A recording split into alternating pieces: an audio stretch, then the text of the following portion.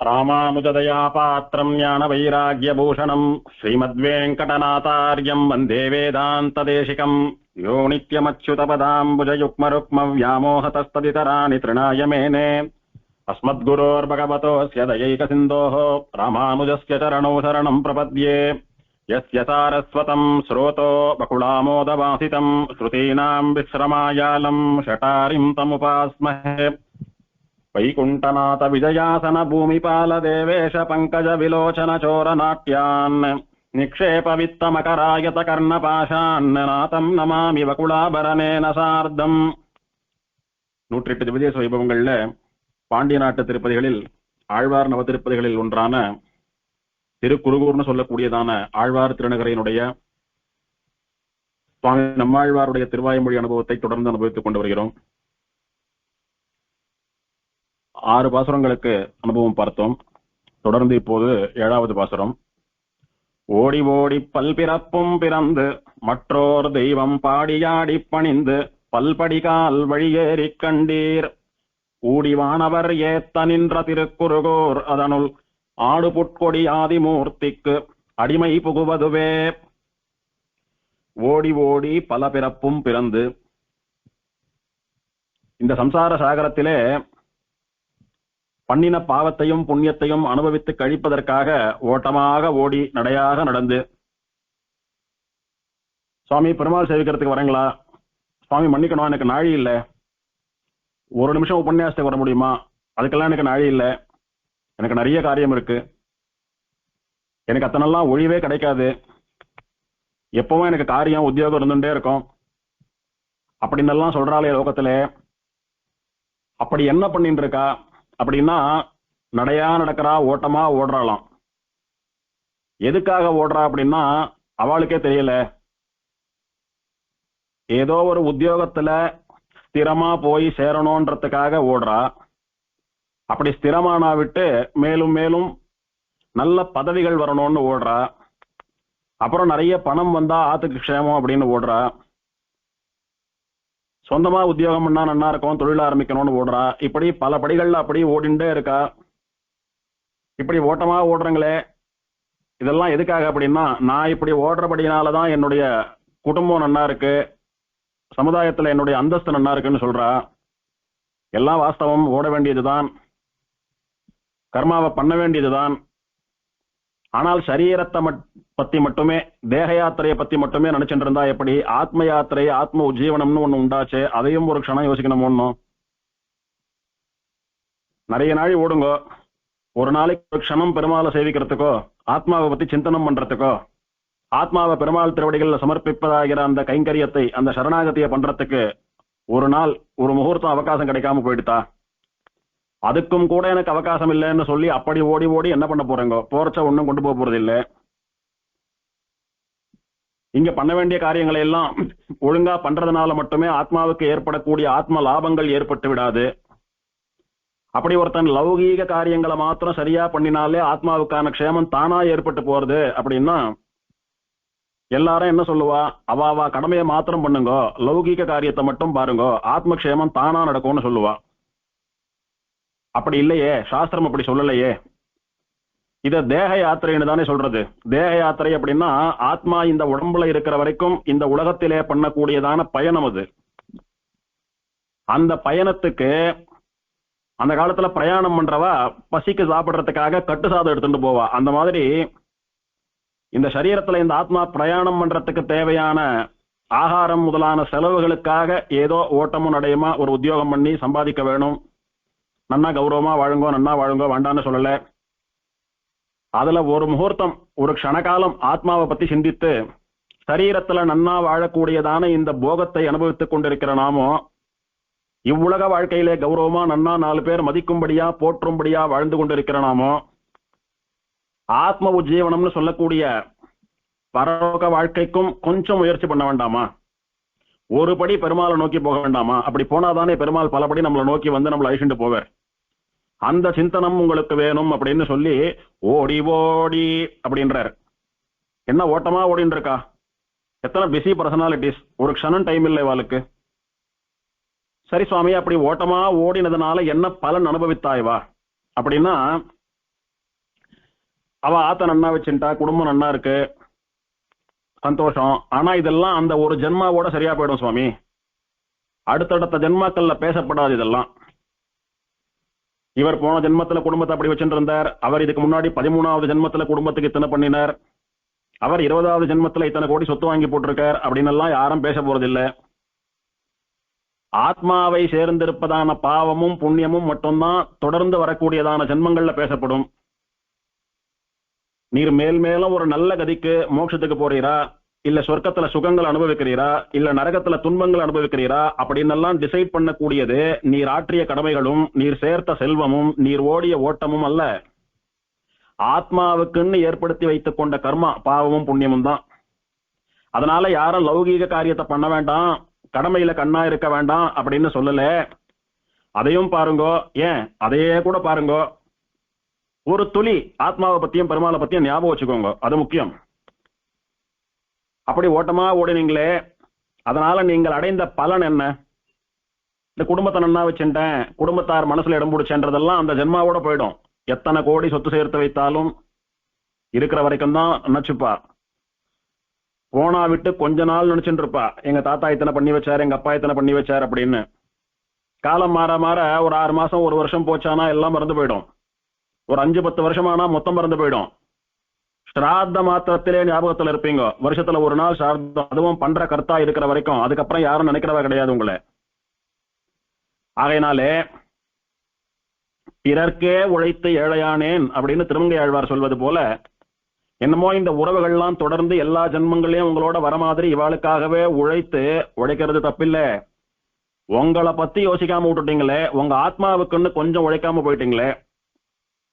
அப்படி ஓடி ஓடி நீங்கள் சம்பாதித்த பெயர் என்ன?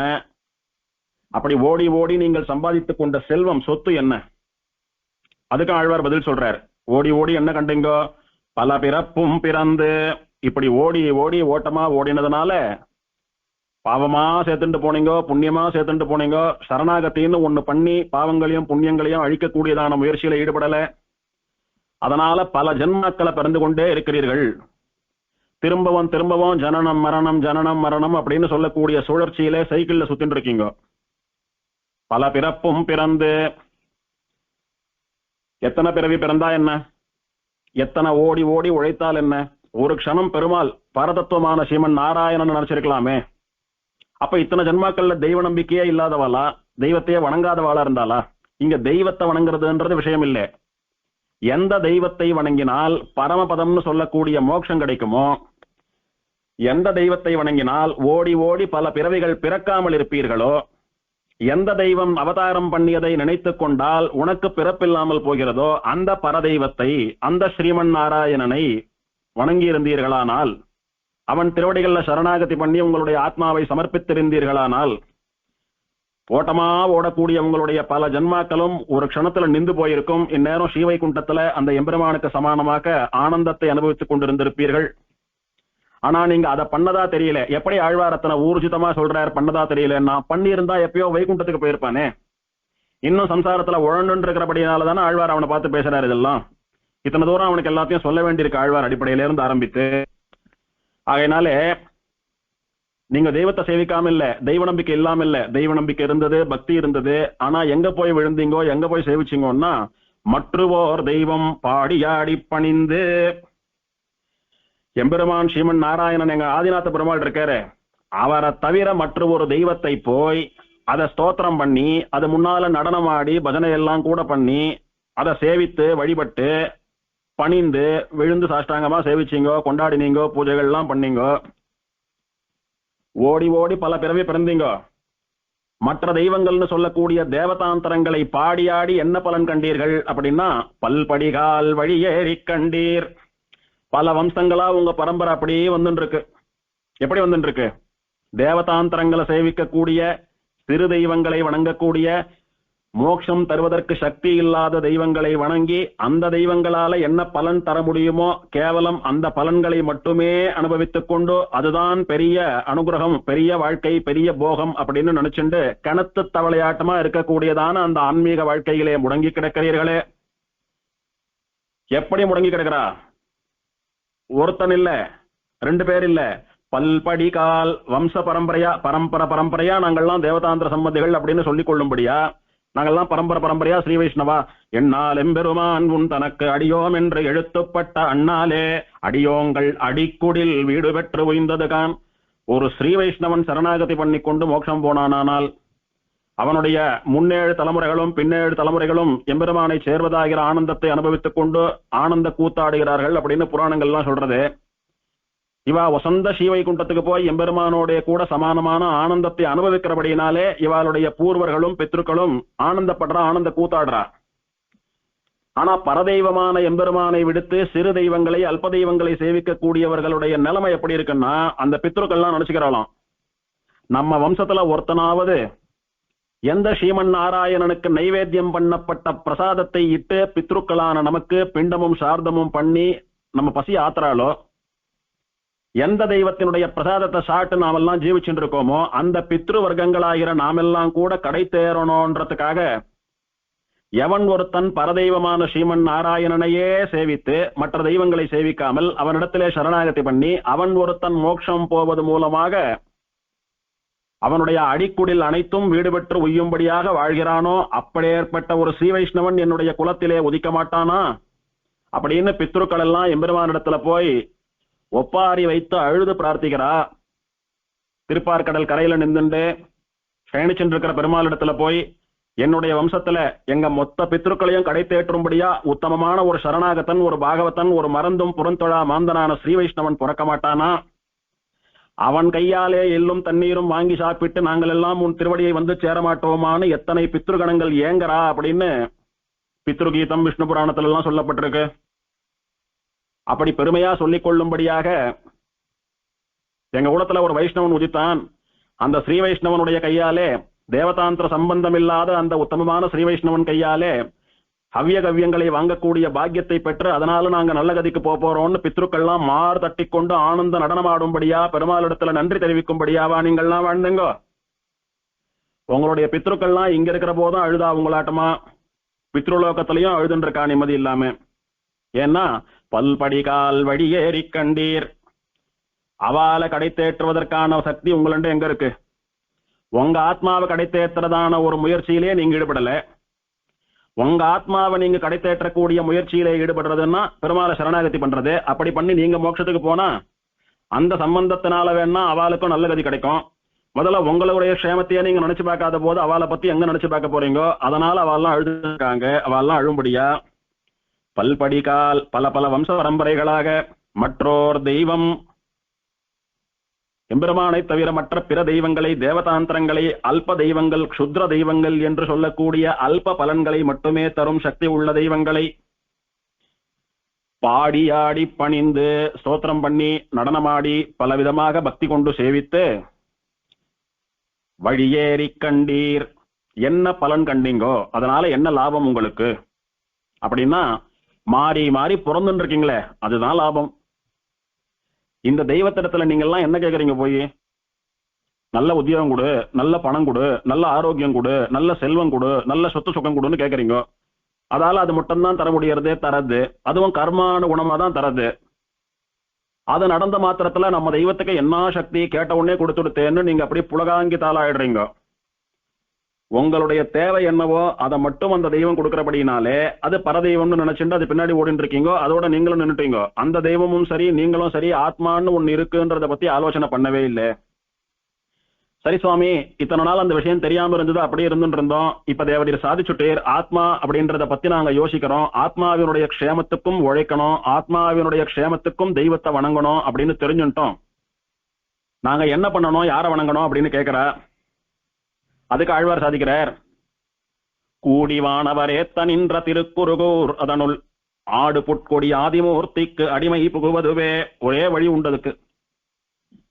நீங்க கடை தேர்வதற்கு, நீங்க மோட்சம் போறதுக்கு, உங்க பித்ருகணங்கள் உங்க மூதாதையர்கள் எல்லாம் மோட்சம் போறதுக்கும் நல்ல கதி போறதுக்கும் ஒரு வழி உண்டு.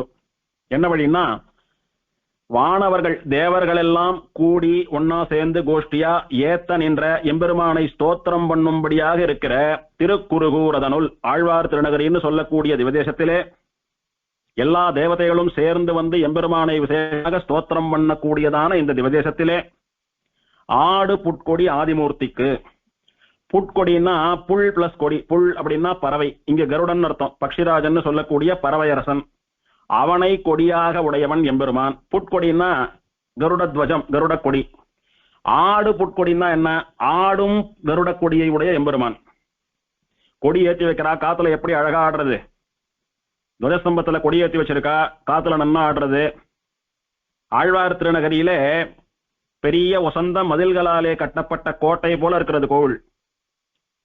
தூரத்திலேருந்து வரவா எம்பெருமானுடைய சன்னதின்னு தெரிஞ்சுக்கணும்ன்றதுக்காக கோவிலுடைய மதுள் சுவர்லாம் அங்கங்க கருடனுடைய பிம்பத்தை பிரதிஷ்டை பண்ணி வைக்கிறா எல்லா பெருமாள் கோவில்லையும்.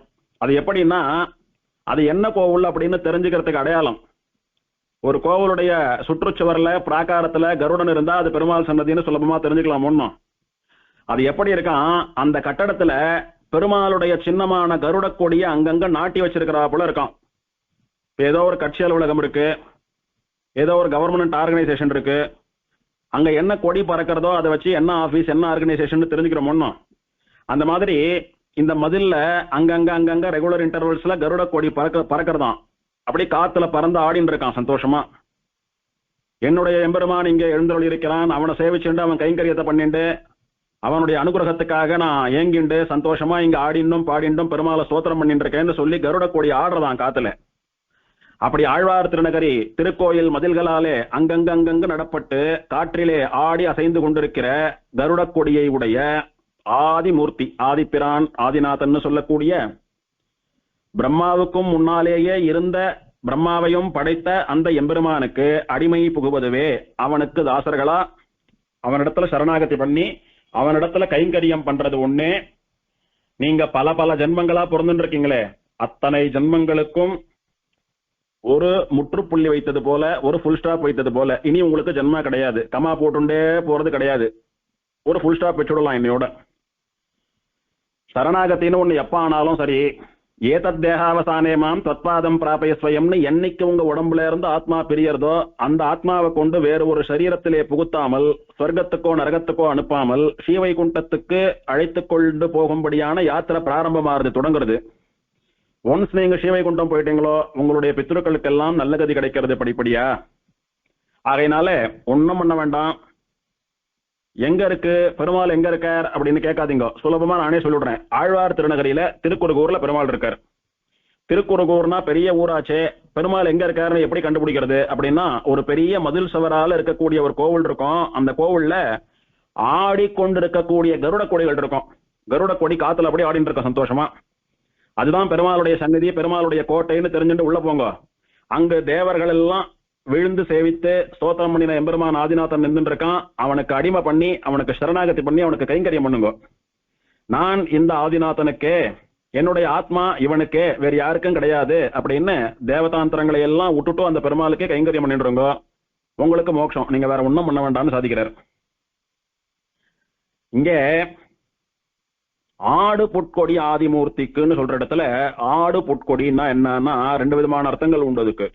ஆடு புட்கொடின்னா ஆடிய புட்கொடி, ஆடும் புட்கொடி, நாளைக்கும் ஆடப்போகிற புட்கொடி. புட்கொடின்னா கருட கொடி. கொடி எப்பவும் காத்துல அப்படியே அழகா ஆடிண்டு அசைஞ்சுட்டு இருக்குமோன்னு அந்த மாதிரி பெருமாளுடைய கருட துவஜம் ஆடியும் அசைந்தும் கொண்டிருக்கிற ஆழ்வார் திருநகரி எப்போதும் ஆடிக்கொண்டிருக்கிறது. அது எப்படி இருக்கான், அந்த கொடியில் இருக்கக்கூடிய கருடன் நான் பெருமாளுடைய அடியவனா, பெருமாளை ஒரு க்ஷணமும் பிரியாமல் அவனுக்கு கைங்கரியம் பண்ணக்கூடிய நித்திய சூர்யா, ஸ்ரீவைகுண்டத்துல மட்டுமல்லாமல் திருப்பார்கடல்ல மட்டுமல்லாமல் ஆழ்வார் திருநகரி முதலான எத்தனை திவ்ய தேசங்கள்ல பெருமாள் அவதாரம் பண்ணினாலும் எங்கு போனாலும் என்னோட தான் பெருமாள் போறார். அதனால கருடன் இல்லாத ஒரு பெருமாள் சன்னதி கிடையாது.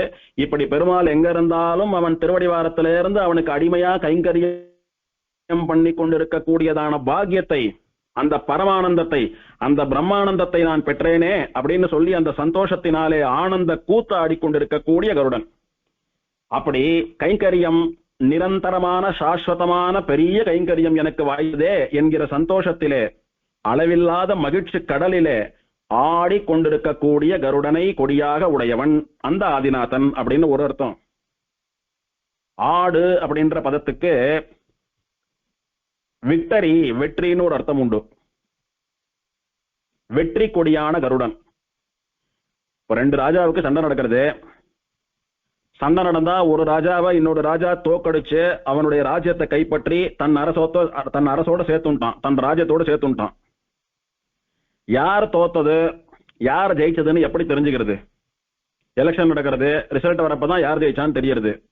அந்த மாதிரி சண்டையில யார் ஜெயிச்சா யார் தோத்தான்னு எப்படி தெரியும்? யுத்த களம்னு சொல்லக்கூடியது ரொம்ப அபாயமான டேஞ்சரான இடம். அங்க போய் நடக்கிற சண்டையெல்லாம் போய் எல்லாரும் வேடிக்கை பார்க்க முடியாது. குழந்தைகள், ஸ்திரீகள், ஊர்க்காரா, வயசானவா எல்லாம் போய் வேடிக்கை எல்லாம் பார்க்க முடியாது. யாரையும் அலோவ் பண்ண மாட்டா. ரெஸ்ட்ரிக்டட் ஜோன்ல தான் சண்டை நடக்கும், யுத்தம் நடக்கும். ஏன்னா கொடுமையான ஆயுதங்கள்லாம் வச்சுட்டு இருப்பா, மதம் கொண்ட யானைகள், குதிரைகள்லாம் இருக்கும். எப்ப யாருக்கு என்ன ஆகும்னு தெரியாது. அதனால வேடிக்கை பார்க்குற மாதிரி கேலரி எல்லாம் செட் பண்ணிட்டு சண்டை எல்லாம் போட மாட்டா. சண்டை நடந்து முடிஞ்சதுக்கு அப்புறம் அனௌன்ஸ் பண்ற ரிசல்ட்டை வச்சுதான் சண்டையில யார் ஜெயிச்சான்னு தெரியும். அது எப்படி அறிவிப்பான்னா, யார் வெற்றி கொடியை நாட்டுகிறார்களோ அவ ஜெயிச்சான்னு அர்த்தம். அப்படின்னா ஒரு இடத்துல சண்டை நடக்கிறது, அங்க இருக்கிறதுலயே ஒசரமான இடத்துக்கு போவா. பக்கத்துல ஒரு மலை இருக்கா, அந்த மலை உச்சிக்கு போறது. இல்ல ஒரு கோவில் இருக்கா, அந்த கோவிலுடைய ராஜகோபுரத்துக்கு போறது. இல்லைன்னா அரண்மனை இருக்கா, அரண்மனையினுடைய உப்பரிகைக்கு போறது. இருக்கிறது எலிவேட்டட் பாயிண்ட் எதுவோ அந்த இடத்துக்கு போய் யார் ஜெயிச்சாலோ அவளுடைய கொடியை அங்க வச்சுட்டு கூத்தாடுவா சந்தோஷமா. அந்த ஒசரமான இடத்துல எந்த கொடியை வச்சுட்டு ஒருத்தன் ஆடுறானோ சந்தோஷமா, அந்த இடத்துல ஒசரமான இடத்துல கொடியை நாட்டி வச்சுட்டு வந்துடுவா. அங்க அப்படியே சொருகி வச்சுட்டு கட்டி வச்சுட்டு வந்துடுவா, நிரந்தரமா இருக்கிற மாதிரி. எத்தனை காத்து வந்தாலும் அடிச்சுட்டு போகாத மாதிரி ஸ்டேபிளா வச்சுடுவா. வச்சாலானா இந்த கொடி பறந்துட்டு இருக்க, அந்த கொடிக்கு சொந்தமான தேசத்தை சேர்ந்த ராஜா இந்த சண்டையில ஜெயிச்சுட்டான், மற்ற ராஜ்யங்களை எல்லாம் கைப்பற்றி கொண்டான் அப்படின்னு, அதுதான் வெற்றி கொடி, அவன் தான் வெற்றியாளன் அப்படின்னு தெரிஞ்சுக்கலாம் அதை வச்சு. அந்த மாதிரி எம்பெருமானே இந்த லோகத்தில் எல்லாவற்றையும் ஜெயிக்கக்கூடிய ஒரே வெற்றி கொடியை உடையவன். என்னைக்கு யாரோட எம்பெருமானுக்கு யுத்தம் நடந்திருந்தாலும் ஜெயிக்கிறது பெருமாள் தான். ஒரு நாளும் பெருமாள் தோத்தவன் அல்ல. அப்படி எம்பெருமானுடையதான வெற்றியை அறிவிக்கக்கூடிய வெற்றி கொடியாக இருக்கக்கூடியவன் அவனுடைய கொடியான கருத்மான் அப்படின்னு, வெற்றி கொடியான கருடன். இந்த வெற்றி கொடியான கருடனை சேவிக்கிறபடினால நமக்கும் எடுத்த காரியங்கள் எல்லாம் வெற்றி கிடைக்கும் அப்படின்னு சம்பிரதாயம். நம்ம சம்பிரதாயத்துல ஒரு சுதர்சன ஆழ்வானையோ ஒரு கருத்மானையோ எதை பிரார்த்திச்சுட்டாலும் அது உடனே பலிக்கிறது. மகா வரப்பிரசாதிகளா, மகா பலவான்களா, சக்திவான்களா, வீரியவான்களா இருக்கா அப்படின்னு அனுபவத்தினால நாம பல முறை உணர்ந்துட்டு வரோம். நித்தியசூரிகள்ல விசேஷமா கருடனையும் சுதர்சனனையும் வரப்பிரசாதிகளா, கேட்டா உடனே அனுகிரகம் பண்ணக்கூடியவா, துரிதமா அனுகிரகம் பண்ணக்கூடியவா அப்படின்ற விசுவாசத்தோட பெருமாளுக்கு சமானமா சேவிக்கிறோமோன்னு. அப்படி பிரத்யட்சமான வரங்களை தரக்கூடியவர்கள். கருடனை வணங்கிவிட்டு எந்த காரியம் பண்ணினாலும் அவளுக்கு தோல்வி கிடையாது, ஜெயம்தான், வெற்றி தான். அப்படி தான் வெற்றி கொடியாக இருக்கிறது மட்டுமல்லாமல் தன்னை சேவிக்கிறவாளுக்கும் வெற்றி கொடியை அசைக்கக்கூடிய, வெற்றியை அனுகிரகிக்கக்கூடிய கருடன். அதனாலதான் இந்த வெற்றி கொடி போல ஆழ்வார் திருநகரி சன்னதி மதில் மூலையிலே நாட்டி வைப்பது போன்ற கொடியை போல அமர்ந்து கொண்டிருக்கிற மூளை கருடன் இருக்காரு இங்க. அடியன் ஏற்கனவே சொன்னேன், இந்த ஊர்க்காரெல்லாம் பல பேருக்கும் இந்த மூல கருடன் தான் ஆத்து பெருமாள் குலதெய்வம். முக்கியமான காரியங்கள்லாம் அவர் முன்னாலதான் பிரார்த்திச்சுப்பா, பண்ணுவா, மொட்டை அடிக்கிறதெல்லாம் அங்கதான் பண்ணுவான்னு சொன்னேன் அடியன். அது எதுக்காகன்னா, ஆழ்வார் திருநகரி எம்பெருமான் ஆதிநாதனுடைய கோட்டை. அந்த கோட்டையினுடைய மதில் சவத்துல வெற்றி கொடியான கருட கொடியை பறக்க விடுவது போல இந்த மூலகருடன் அமர்ந்து கொண்டிருக்கிறார். ஆதிநாதனுக்கு நித்தியம் கைங்கரியம் பண்ணிட்டு அவனை சேவிச்சுட்டு இருக்க முடியறது என்ற சந்தோஷத்தோட கூட ஆனந்த கூத்தாடி கொண்டு மூலகருடன் அமர்ந்திருக்காருங்க. அவரை போய் சேவிச்சு பிரார்த்திச்சுக்கிறவாளுக்கும் எடுத்த காரியத்துல பிரார்த்திச்சின்ற காரியத்துல எல்லாம் வெற்றி கிடைக்கிறது அப்படின்னு ஆழ்வாருடைய இந்த பாசுரத்தை கொண்டு நாம புரிந்து கொள்ளலாம். ஆடு புட்கொடி ஆதிமூர்த்திக்கு, அந்த வெற்றியை தரக்கூடிய கருடனுக்கு சுவாமியாக இருக்கக்கூடிய ஆதிநாதனுக்கு அடிமை பண்ணுங்கள், அவனுக்கு கைங்கரியம் பண்ணுங்கோ, அவனை சரணாகதி பண்ணுங்கோ. தேவதாந்திரங்களை சேவிச்சுண்டு அவளையே நம்பிண்டு பெருமாளை சேவிக்காம இத்தனை நாள் இருந்தீங்களே, அதனுடைய பலன் என்னன்னு உங்களுக்கு எப்பயோ தெரிஞ்சு போயிடுத்து. பல ஜென்மங்கள் எடுத்துண்டு காலம் கழிச்சுண்டு வந்ததுதான் பலன். அதுக்கு இனிமேலும் அதே பலன் தான் திரும்பவும் கிடைக்கும். எப்போ பெருமாளை சேவிக்காம அதே தேவதாந்திரங்களையே சேவிச்சுண்டு சுத்தின்னு இருந்தீங்களானா அதே தான் கிடைக்கும். அதனால மற்றவோர் தெய்வம் பாடி ஆடி பணிவதை விட்டுட்டு ஆதிப்பிரானுக்கே அடிமை பண்ணுங்கள் அப்படின்னு சொல்றார் ஆழ்வார். இவருக்கு ஆதிநாதன் பிடிக்கும்ன்றதுனால அபிமானத்தினால இந்த வார்த்தையை சொல்றாரா அப்படின்னு சில அறிவாளிகளுடைய கேள்வி. தெய்வம்னா எல்லாம் ஒண்ணுதானே, அது என்ன ஆழ்வார் பெருமாள் பெருமாள் ஆதிநாதன் ஆதிநாதன் சொல்றார், இவருக்கு பிடிச்ச தெய்வம்ன்றதுனால அப்படி சொல்றாரா அப்படின்னா அப்படி சொல்ல வேண்டிய அவசியமோ நிர்பந்தமோ ஆழ்வாருக்கு இல்லை. ஏன்னா ஆழ்வார் வேதம் தமிழ் செய்த மாறன். பேர நடந்த விஷயத்தெல்லாம் அடியன் குறிப்பிடல, ஆனா நடந்த வரலாற்றை சொல்றேன் அடியன். நம்ம திவ்ய பிரபந்தங்கள் நம்ம எம்பெருமான் விஷயமா ஆழ்வார்கள்லாம் பாடினது போல மற்ற தேவதைகள் விஷயமாவும் தமிழ்ல நிறைய பேர் நிறைய பாட்டு பாடியிருக்கா. அதுல ஒரு மதத்தை சேர்ந்த ஒருத்தர் அந்த மதத்தை சேர்ந்த ஒரு பெரிய பண்டிதர்கிட்ட போய்,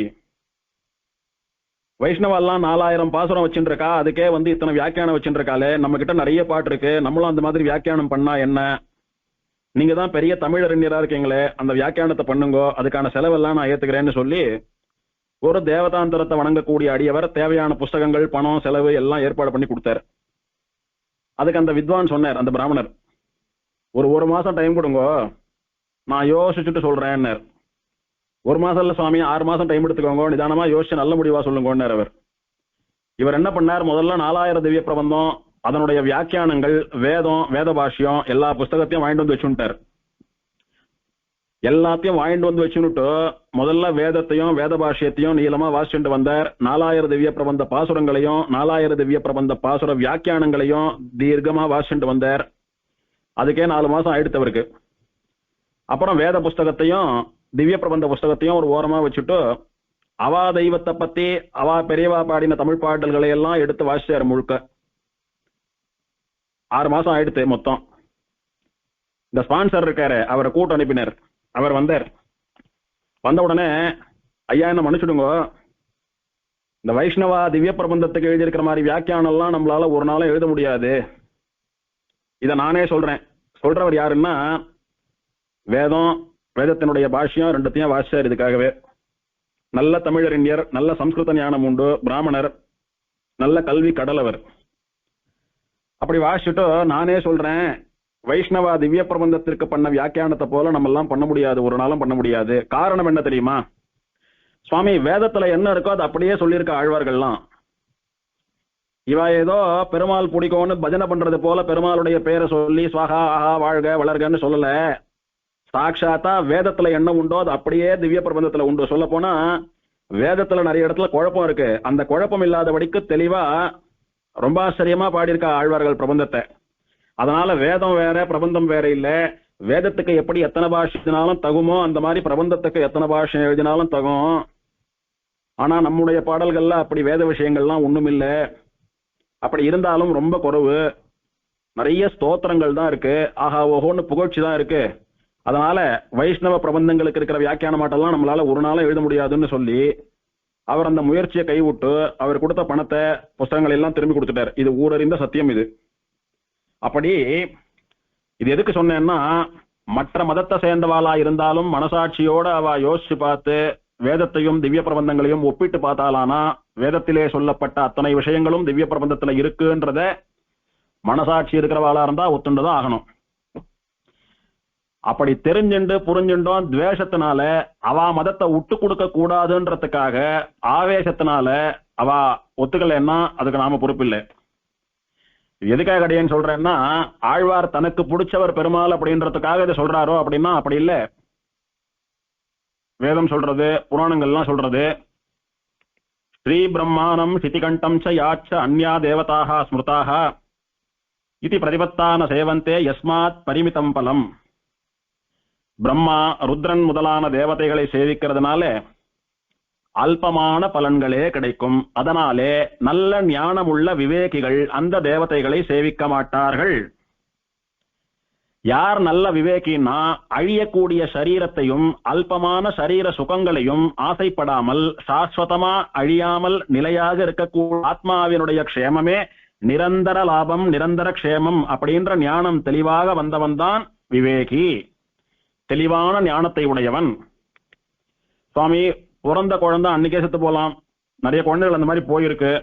10 வயசுல போலாம், 20 வயசுல போலாம், கல்யாணம் ஆகாம போலாம், ஆகி போலாம், வயசு ஆகி போலாம், 150 வயசுல போலாம், எப்படியோ ஒரு நாள் போய் தான் ஆனும் சுவாமி.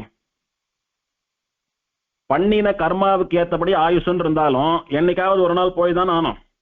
அதனால மரணம் நிச்சயம், சரீரம் நிலையானதல்ல. அப்ப எது நிலையானதுன்னா ஆத்மா நிலையானது. இதை நன்னா உணர்ந்தவன் எப்போது அழியுமோ அப்படின்னு சொல்லக்கூடிய சரீரத்துக்காக ரொம்ப வசனப்படாம, ரொம்ப கவலைப்படாம, அதுக்காகவே ஓடி ஓடி உழைக்காம ஆத்மாவை பத்தி மட்டுமே சிந்தனை பண்ணுவான்.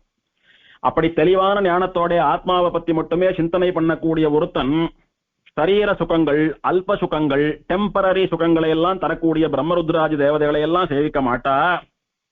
அவளை சேவித்தா டெம்பரரியான பலன் தான் கிடைக்கும்.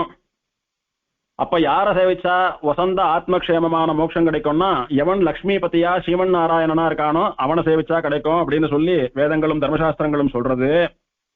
அந்த வேதம் சொன்ன விஷயத்தை, தர்மசாஸ்திரம் சொன்ன விஷயத்தை ஆழ்வார் அப்படியே தமிழ்ல அருளி செய்திருக்கிறார். அதனால ஆழ்வார் அவர் ஆசைப்பட்டபடி, அவருக்கு தோணினபடி மனம் போன போக்குல சொல்லிட்டு போறவர் அல்ல. பரம பிரமாணமான வேதத்திலே சொல்லப்பட்ட விஷயத்தை தமிழ்படுத்தி இருக்கிறார். அதனால ஆழ்வாருடைய வாக்கு வேத வாக்கு. இதுக்கு மேல வேதம் தர்மசாஸ்திரம் எல்லாம் தெரிஞ்சின்றவாளால, நல்ல மனசு இருக்கக்கூடிய மத்தியஸ்தாலால ஒரு ஆக்ஷேபமும் பண்ண முடியாது அப்படின்னு வியாக்கியாத்தா சாதிக்கிறார் தெளிவா. இன்னொன்னு சொல்லட்டுமா? ஓடி ஓடி உழைச்சிங்கோ, ஓடி ஓடி வேற தேவதைகளை ஸ்தோத்திரம் பண்ணீங்கோ, அதுக்கெல்லாம் பலனா பல ஜென்மங்கள் பிறந்துட்டு அவஸ்தப்பட்டு இருக்கீங்களோன்னு.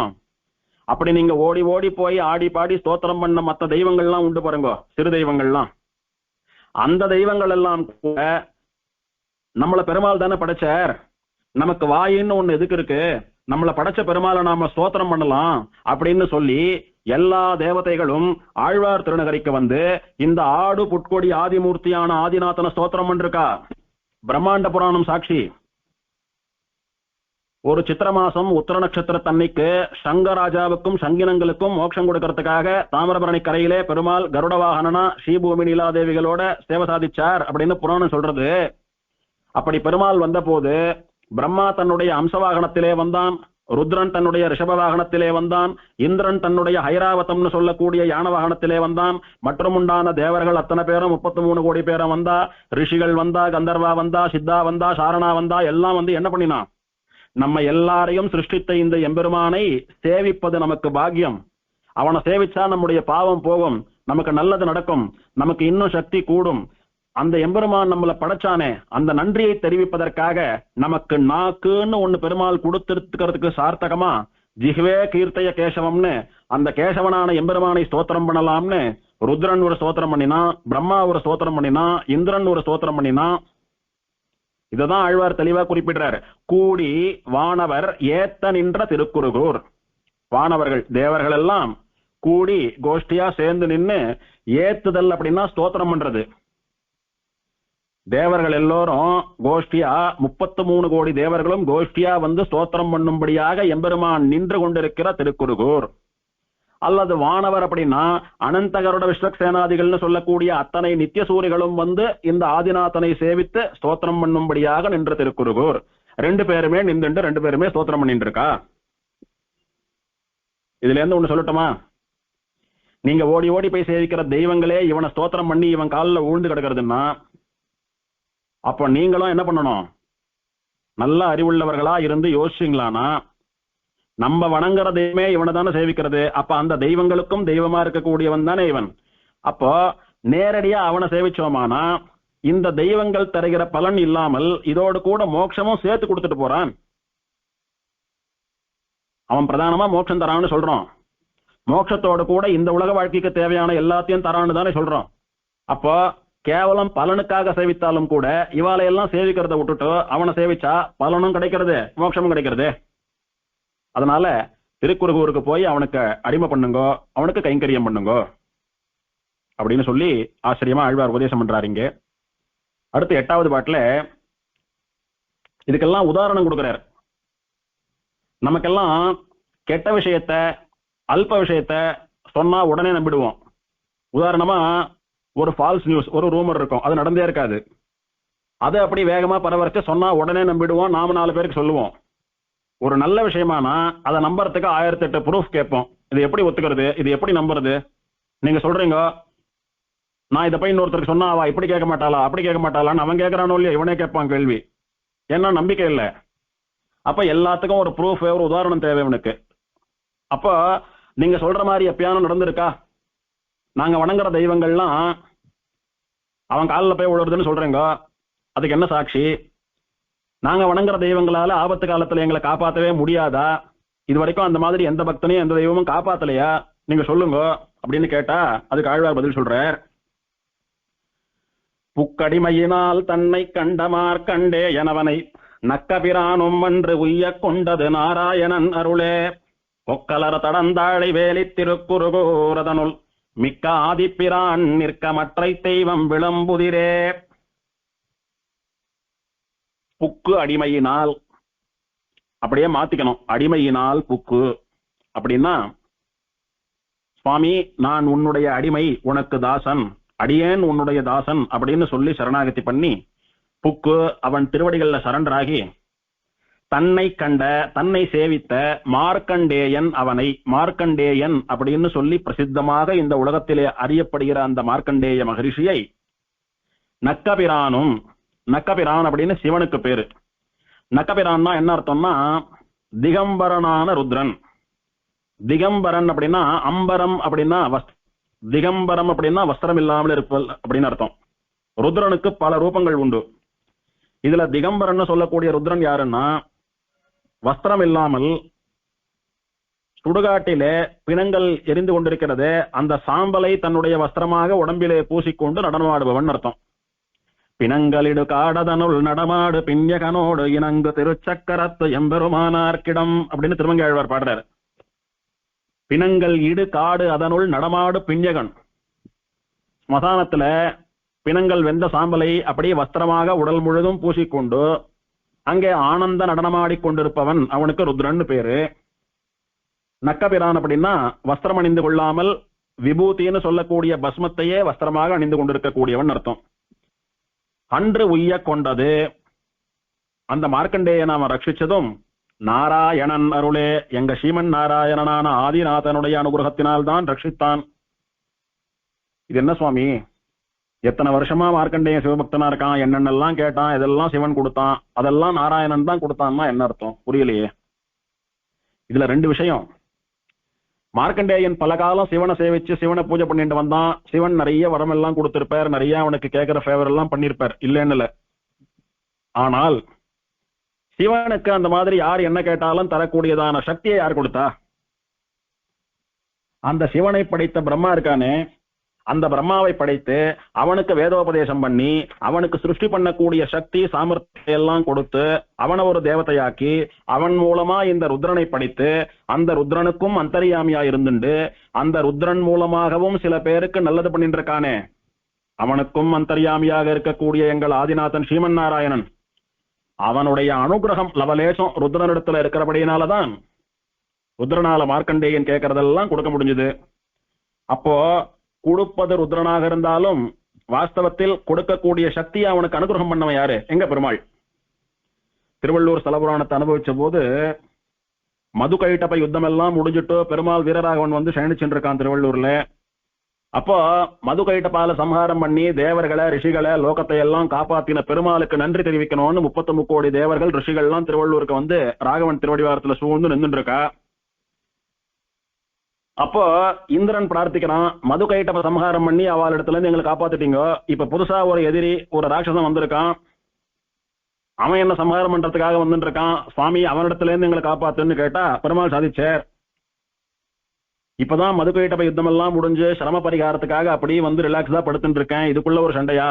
ஒண்ணு பண்றேன், என்னுடைய சக்தியை உங்களுக்கெல்லாம் கொஞ்சம் கொஞ்சம் கொடுக்குறேன், அந்த சக்தியை வைத்து உங்களால என்ன பண்ண முடியுமோ அதெல்லாம் பண்ணிக்கோங்க, அந்த சக்தியினால சாதிக்க முடியாத காரியம் இருந்தா என்னண்ட வாங்கணும் பாத்துக்கிறேன்னு சொல்லி பெருமாள் என்ன பண்ணார், பெருமாளுடைய வீரத்துல பெருமாளுடைய சக்தியில பெருமாளுடைய சாநித்தியத்துல துளி எடுத்து எல்லா தேவதைகளுக்குள்ளேயும் போட்டார். குறிப்பா இந்திரனுக்கு கொடுத்தார்.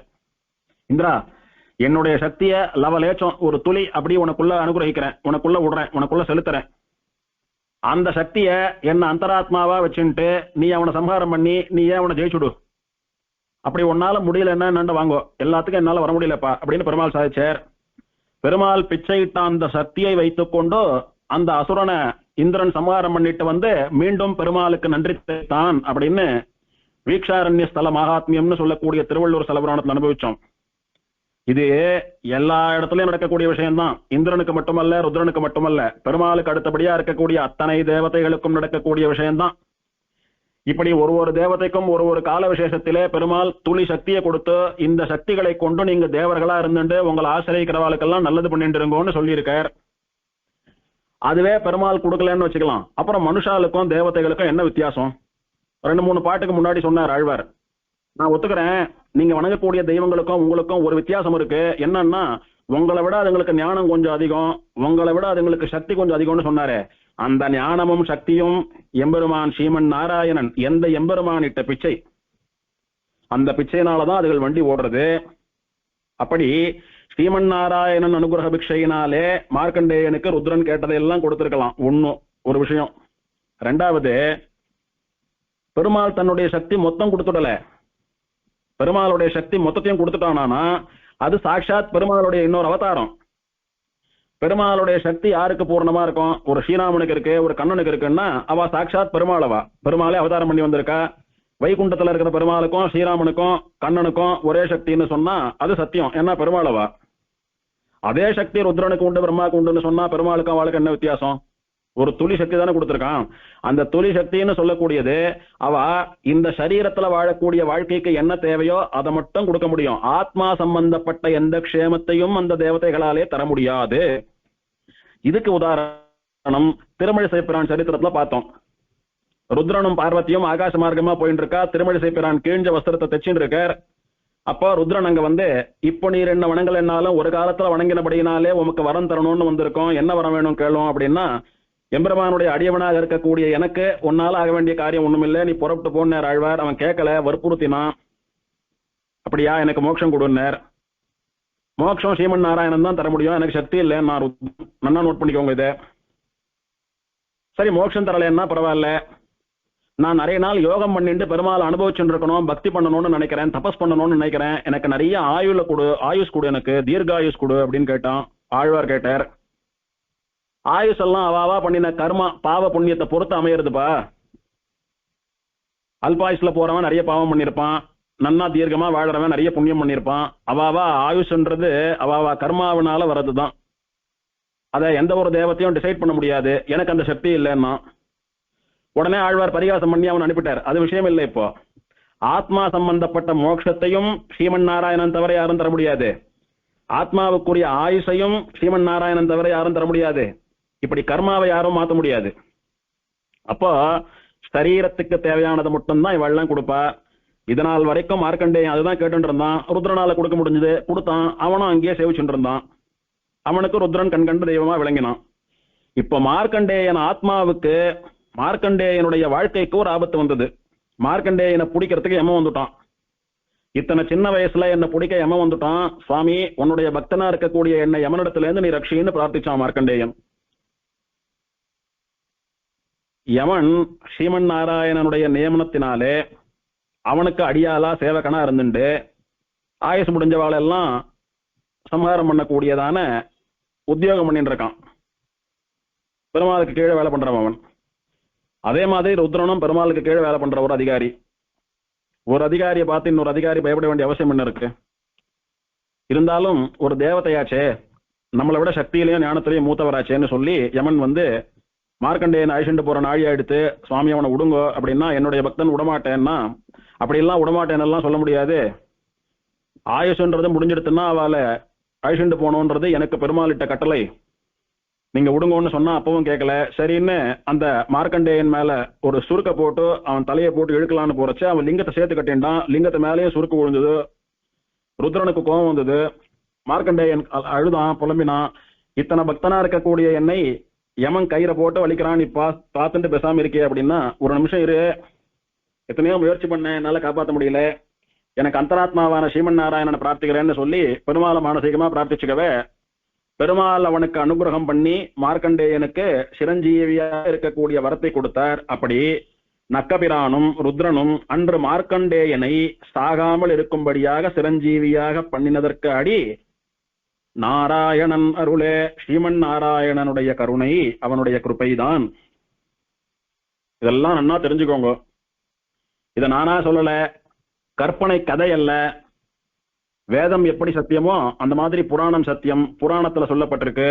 அந்த மார்க்கண்டேயன் சிரஞ்சீவியாக ஆனவுடன் பரம விஷ்ணு பக்தனா மாறி பல க்ஷேத்திரங்கள்ல தன்னை யமனுடைய பிடியிலிருந்து காப்பாற்றிய பரம தெய்வமான கண்கண்ட தெய்வமான ஸ்ரீமன் நாராயணனை சேவித்துக் கொண்டு பல திவ்ய தேசங்களிலும் பல க்ஷேத்திரங்களிலும் கர்ப்ப கிரகத்துல எம்பெருமானுக்கு முன்னால மண்டியிட்டு கொண்டு இன்னைக்கும் விஷ்ணு பக்தனா சேவிச்சுட்டு இருக்கான். அதுக்கு அந்த மார்க்கண்டேயனே சாட்சி. அது மட்டுமல்லாமல் எது பரதெய்வம்னு தெரியாம இத்தனை நாள் சிவபக்தனா இருந்துட்டோம். வாஸ்தவத்துல அந்த பரதெய்வமே நம்மளை ரட்சித்தது. அதனால அந்த தெய்வத்தை பத்தின புராணத்தை இயற்ற வேணும் என்று மார்க்கண்டேய புராணத்தையும் அருளி செய்த மகர்ஷியாக மார்க்கண்டேயன் ஆனான். அப்படின்னா அவன் பிரத்யக்ஷத்தினாலே அனுபவத்தினாலே உணர்ந்தான் எது பரதேவத்தை, எதுக்கு பரதேவத்தைன்னு சொல்லக்கூடியதான சக்தி சாமர்த்தியம் உண்டோ, எதுக்கு இல்லைன்றதெல்லாம் பிரத்யட்சமா அவன் வாழ்க்கையில நடந்தது. அவன் கண்ணு முன்னால பார்த்தான். உங்க ஒருத்தருக்கும் ப்ரூஃப் பண்றதுக்காக பெருமாள் ஒரு முறை வந்து ஒண்ணு பண்ணிட்டு இருக்க முடியாது. புராண இதிகாசங்கள்ல வரலாற்றுல என்ன நடந்ததோ அதுல இருந்து நீங்க பாடம் கத்துக்க பாருங்க. புத்திசாலின்னு சொல்லக்கூடியவன் மற்ற வாழ்க்கையில படக்கூடிய கஷ்டங்களை பார்த்தே தான் தன்னை திருத்திப்பான். என் வாழ்க்கையில கஷ்டப்பட்டாதான் நான் திருந்துவேன்னு சொல்லக்கூடியவன் மடையன். நெருப்புல கை வச்சா சுட்டுடும், கரண்ட்ல கை வச்சா ஷாக் அடிக்கும்னு சொன்னா கேட்டுக்கணும், அவன் தான் புத்திசாலி. இல்ல ஹை வோல்டேஜ் கரண்ட்ல போய் கையை விட்டு அது என்ன ஏதானும் பண்ணி தின்னாதான் நம்புவேன்னா நீ இருந்தா தானே நம்புறதுக்கு. அக்னி பிரவேசம் பண்ணாலும் நெருப்பு என்ன ஒன்னும் பண்ணாது அப்படின்னு நான் பரீட்சித்து காட்டுறேன்னா நீ உள்ள போய் வெளில வந்தாதானே நம்புறதுக்கு. அதனால விவேகின்னு சொல்லக்கூடியவன் சொன்னா கேட்டுக்கணும், நடந்ததை பார்த்து தெரிஞ்சுக்கணும். அதனால மார்க்கண்டேய சரித்திரமே எம்பெருமானை தவிர மற்ற தேவதைகளுக்கு ஆத்மாவை ரட்சிக்கக்கூடிய மோட்சம் தரக்கூடிய சக்தி இல்லைன்றதுக்கு பரம பிரமாணம். அதையெல்லாம் பார்த்துக்கோங்க. சரி சுவாமி, நாங்க என்ன பண்றது? கொக்கலர் தடந்தாழை வேலி திருக்குறுகூர் அதனுள் மிக்க ஆதிப்பிரான் நிற்க மற்ற தெய்வம் விளம்புதிரே. கொக்கு அலர் தடந்தாழை வேலி திருக்குறுகூர். தடந்தாழை அப்படின்னா நல்ல வளமான தாழை மரங்கள். தாழை குருத்து தாழை மரம்னு எல்லாம் சொல்றோமே, அந்த தாழை மரங்கள் எங்க வளரும்னா எங்க நல்ல ஜல சமுருத்தி நல்ல நீர் வளம் இருக்கோ, வற்றாத ஜீவநதிகள் ஓடுறதோ அந்த கரையில தான் தாழை மரங்கள் நிறைய வளரும். தாமிரபரணி வற்றாத ஜீவநதியா நல்ல நீர் வளத்தோட கூட அப்படி பிரவாகமா ஓடுறது, இன்னும் கொஞ்ச தூரத்துல போய் கடல்ல கலக்க போறது. அப்ப எத்தனை போர்ஸா எவ்வளவு ஜலம் வரும். அத்தனை ஜல சமுருத்தி இருக்கிற இடமானபடியினால ஆழ்வார் திருநகரியிலே தாழை மரங்கள்லாம் சமுருத்தியா கூட்டம் கூட்டமா அப்படியே மலர்ந்து கிடக்கிறதாம். அதை பார்த்தா எப்படி இருக்குன்னா கொக்கு அலர்ந்தது போல இருக்கிறதாம். அதாவது தாமிரபரணி நதியில குறுகுன்னு சொல்லக்கூடிய கொக்கினங்கள்லாம் அப்படியே குடும்பமா ஜலத்துல மிதந்துண்டு நீந்திண்டு ஆனந்தமா குளிச்சுண்டு தீர்த்தம் சாட்டுண்டு ஆனந்தமான வாழ்க்கையை வாழ்ந்துட்டு இருக்கான் ஆழ்வார் திருநகரியில. கொக்கினங்கள் குறுகினங்கள்லாம், ஊரே குறுகூர்னு தானே பேரு, குறுகுன்னா கொக்கு. அந்த கொக்குகள்லாம் எப்படி இருக்கு தெரியுமா? தாமிரபரணி தீர்த்தத்துல சந்தோஷமா குளிச்சுண்டு உடம்புல உஷ்ணமே இல்லாம பக்கத்துல பெருமாள் இருக்கார், பெருமாளை சேவிச்சுட்டு இருக்கோம். பெருமாளுடைய ஸ்ரீபாத தீர்த்தமா பெருமாள் பிராட்டிலாம் ஸ்ரீபாத தீர்த்தம் சேர்த்தருளுகிற ஆழ்வார் அவதாரம் பண்ணின தாமிரபரணி தீர்த்தத்துல குளிச்சுண்டு சாட்டு இருக்கக்கூடிய பாக்கியம் வாய்த்ததே. இதனால உடம்பும் குளிர்றது, மனசும் குளிர்றது, ஆத்மாவுக்கும் க்ஷேமம் ஏற்படுறது, பாவங்களும் போறது, பெருமாள் மோட்சமும் கொடுப்பார் அப்படின்ற சந்தோஷத்தோட கூட ஆனந்தனமா நடனம் ஆடிட்டு இருக்கான். எப்படி நடனமாடும் கொக்கு? ரெண்டு ரெக்கையா அப்படியே விரிச்சுண்டு ரெக்கைய அப்படியே சிறக அப்படியே காத்துல அடிச்சுண்டு ஜாலியா ஸ்விம் பண்ணிட்டு இருக்கான். கொக்கு அலர் அப்படின்னா அலர்தல்னா மலர்தல். கொக்கு சாதாரணமா அட்டென்ஷன்ல நிக்கிற போது சிம்பிளா இருக்கு, ஒரு மொட்டா இருக்கிற பெங்களூர் ரோஸ் மாதிரி இருக்குன்னு வச்சுக்கலாம். அதே பெங்களூர் ரோஸா அப்படி மலர்த்தினோமானா விரியறது பாருங்க. அந்த மாதிரி கொக்கு சந்தோஷமா நடனமாடுறச்ச அப்படி சிறகுகளை விரிச்சுண்டு நடனமாடுறது எப்படி இருக்குன்னா அலர்ந்த தாமரை பூவை போல மலர்ந்த பெங்களூர் ரோஸ் போல இருக்கு. இப்போ கொக்குலாம் எப்படி இருக்கு? வெள்ளை வெள்ளையல்னு பாலாட்டமா அன்னப்பறவையாட்டமா இருக்கு. அப்படி வெள்ளை வெள்ளையர்னு கொக்குகள் மலர்ந்த தாமரை பூவை வெள்ளை தாமரையை போல நிறைய கூட்டமா இருக்கு தாமிரபரணி தீர்த்தத்துல. அந்த மாதிரி தாமிரபரணி கரையில வெள்ளை வெள்ளையர்னு நிறைய தாழை மரங்கள் அப்படி சமிருத்தியா மலர்ந்து இருக்கக்கூடியதான செழுமை உடையது ஆழ்வார் திருநகரி. கொக்கு அலர், கொக்குகள் மலர்ந்திருப்பது போன்ற நல்ல திடமான தாழை மரங்களை வேலி போலே உடைய, வேலின்னா ஃபென்சிங் காம்பவுண்டு, ஆழ்வார் திருநகரிய சுத்தி தாழை மரங்கள் நிறைய இருக்கிறது எப்படி இருக்கான்? அந்த தாழை மர தோப்புக்குள்ள அந்த தாழை மர ஃபென்சிங்குக்குள்ள ஆழ்வார் திருநகரி இருக்கிறது போல இருக்கான். அப்பேற்பட்ட திருக்குறுகூர் அதனுள் மிக்க ஆதிப்பிரான். எல்லா தெய்வங்களை விடவும் சக்தி வாய்ந்தவனான, எல்லா தெய்வங்களுக்கும் மேற்பட்டவனா, பரமாத்மாவா, பரதத்துவமா, வசந்தவனா, உத்தமமானவனா இருக்கக்கூடிய ஆதிப்பிரான் நிற்க நமக்காகவே சாஸ்வதமாக வந்து யாரான ஒருத்தர் நம்மள வந்து சேவித்து மோட்சம் போக மாட்டாளான்னு ஆசையோட கால் கடுக்க நின்று இருக்கானே, அவன் நமக்காக ஆசையா ஆழ்வார் திருநகரியிலே இருந்து நின்று கொண்டிருக்க, மற்றை தெய்வம் விளம்புதிரே, வேற எந்த தெய்வத்தை புகழ்ந்து பேசி என்ன பண்ண போறீங்க? இப்பேற்பட்ட தேவத்தை மோட்சத்தோடு எல்லா பலன்களையும் சேர்த்து தரேன் வாடா குழந்தைன்னு கூட்டு காத்துட்டு இருக்க உங்களுக்காக. அங்க போய் சேவிச்சா போறோம். ஆதிநாதா அடியேன் தாசன் ஒரு வார்த்தை சொன்னா போறோம். அடியேன் ஆழ்வார் தாசன், அடியேன் எம்பெருமானார் தாசன், அடியேன் தேசிகதாசன் ஒரு வார்த்தை சொன்னா போறோம். பகவானுக்கும் பாகவதாலுக்கும் அடிமையா இருந்தா போறோம். வேற ஒண்ணும் பண்ண வேண்டாம்டா. எதுக்கு நீங்க தேவையில்லாத என்னென்னமோ அல்ப தெய்வங்களை எல்லாம் பத்தி பேசிட்டு இருக்கீங்க? மற்ற எத்தெய்வம் விளம்புதிரே, இந்த பரதெய்வமான ஆதிநாதன் நிற்க, இவன் இருக்கிற போது மற்ற எத்தெய்வம், வேறு எந்த தேவதையை தெய்வம்னு சொல்லி கொண்டாடுவீங்க சொல்லுங்க பார்க்கலாம் அப்படின்னு ஆழ்வார் கடுவா கேட்கிறார். மார்க்கண்டேயன் பரம சிவபக்தனாக இருந்து தான் ஆசைப்பட்டதையெல்லாம் நடத்தின்றான். அப்படி மார்க்கண்டேயனுக்கு நிறைய அனுகிரகம் பண்ணினார் ருத்ரன் அப்படின்னு தான் சொல்றா நிறைய பேர் லோகத்துல. அந்த மார்க்கண்டேயனுடைய சரித்திரத்தை நன்னா தெரிஞ்சுண்டவா இருக்கிறத இருக்கிறபடி சொன்னாலானா, மார்க்கண்டேயனுடைய கதையில ஹீரோ ருத்ரன் கிடையாது, பெருமாள் தான் நன்னா தெரியும். மிருகண்டுன்னு ஒரு மகரிஷி, அவருக்கு ரொம்ப நாளா குழந்தை செல்வம் இல்லை. பிரம்மாவை குறிச்சு தபஸ் பண்ணினார். தபஸ் பண்ண போது பிரம்மா வந்தான். வந்து, சுவாமி எனக்கு ரொம்ப நாளா குழந்தை செல்வம் இல்லை, எனக்கு குழந்தை பிறக்கும்படியா அனுகிரகம் பண்ணுங்கன்னு பிரம்மாவை பிரார்த்திச்சார் ரிஷி மிருகண்டு. பிரம்மா சொன்னான், உனக்கு குழந்தை பிறக்கும்படியான பாக்கியம் எல்லாம் இல்ல, இருந்தாலும் நீ தபஸ் பண்ணியிருக்க, உன்னுடைய தபஸ் வீணா போக கூடாது, தபஸ் பண்ணியும் அவனுக்கு வரம் கிடைக்கலன்றதான ஒரு குறை இருக்கக்கூடாது. அதனால உன்னுடைய கர்மாவையும் அனுசரித்து உன் தபஸுக்கும் பலன் தரும்படியா நான் ஒரு யோசனை சொல்றேன். ஒன்னும் சுத்தமா ஞானமே இல்லாம அஞ்ஞானியா முட்டாளா, உடம்புல குறைகள், அங்கஹீனத்துவம், கண்ணு தெரியாமையோ கை இல்லாமையோ கால் இல்லாமையோ உடல்ல குறைகளோடு கூட பெரிய நோயாளியா, எப்போதும் நோயோட கூட அவஸ்தப்படக்கூடியவனா, நிறைய கெட்ட பழக்கங்கள் இருக்கக்கூடியவனா, ரொம்ப வருஷம் வாழக்கூடிய ஒரு குழந்தை உங்களுக்கு வேணுமா?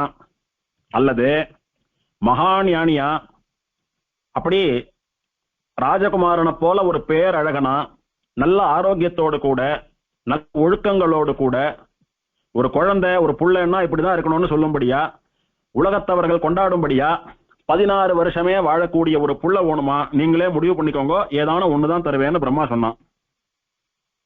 மிருகண்டு சொன்னார், தோன்றின் புகழோடு தோன்றுக, பேர் சொல்லும்படியான பிள்ளைதான் வேணும்னு எல்லா பெத்தவாலும் நினைப்பா. பல வருஷ காலம் வாழணும், ஆனா அவன் வந்து மோசமானவனா, ஆரோக்கியம் இல்லாதவனா, அவனும் கஷ்டப்பட்டு மற்றவாளையும் சிரமப்படுத்திட்டு இருக்கணும்னு யாரும் விரும்ப மாட்டா. அதனால நீங்க சொன்னபடி 16 வருஷமே வாழற பிள்ளையா இருந்தாலும் நல்ல பிள்ளைய கொடுங்கன்னு பிரார்த்திக்க, அப்போது பிறந்தவன் பிரம்மாவினுடைய அனுகிரகத்தினாலே பிறந்தவன் தான் மார்க்கண்டேயன்னு சொல்லக்கூடிய குழந்தை. இப்படின்னு ஒரு புராணம் சொல்றது. இன்னொரு புராணத்துல கொஞ்சம் வித்தியாசமா இருக்கு. எப்படின்னா, மிருகண்டு தபஸ் பண்ணி குழந்தை பிறந்துடுத்து. பிறந்த குழந்தை பூமிக்கு வந்த உடனே, தாய் வயிற்றுல இருந்து வந்து பிறந்த உடனே அசரீரி வாக்கியம் ஆகாசத்துல தோன்றி, இந்த குழந்தை ரொம்ப வருஷம் வாழணும்னு ஆசைப்பட்டீங்களானா நோயாளியா கெட்டவனா இருப்பான், கொஞ்ச காலமே வாழ்ந்தா ஞானத்தோடும் ஆரோக்கியத்தோடும் இருப்பான், எது வேணும்னு சொல்லுங்கன்னு அசரீரி கேட்கறது. மார்க்கண்டேயர் கொஞ்ச காலம் இருந்தாலும் அழகாவும் ஆரோக்கியமாவும் இருக்கக்கூடிய குழந்தை போறோம் அப்படின்னு சொல்றார். சரின்னு அப்படியே ஆகட்டும்னு அசரீரி அனுகிரகம் பண்றது அப்படின்னு ரெண்டு விதமா ரெண்டு புராணத்துல சொல்லியிருக்கு. எது எப்படியோ, மிருகண்டுவனுடைய பிள்ளை மார்க்கண்டேயன், அவனுக்கு அவனுடைய அப்பா 16 வருஷம் வாழ்ந்தாலும் நல்ல ஞானத்தோட அழகோட ஆரோக்கியத்தோட நல்ல பிள்ளையா இருக்கணும்னு கேட்டார். அப்படியே வாழ்ந்துட்டு வந்தான். பாவம் நல்லவன், ரொம்ப நல்லவன், சிவபக்தன். அவன் எந்த பாவமும் பண்ணாதவன், எந்த தப்பும் பண்ணாதவன்.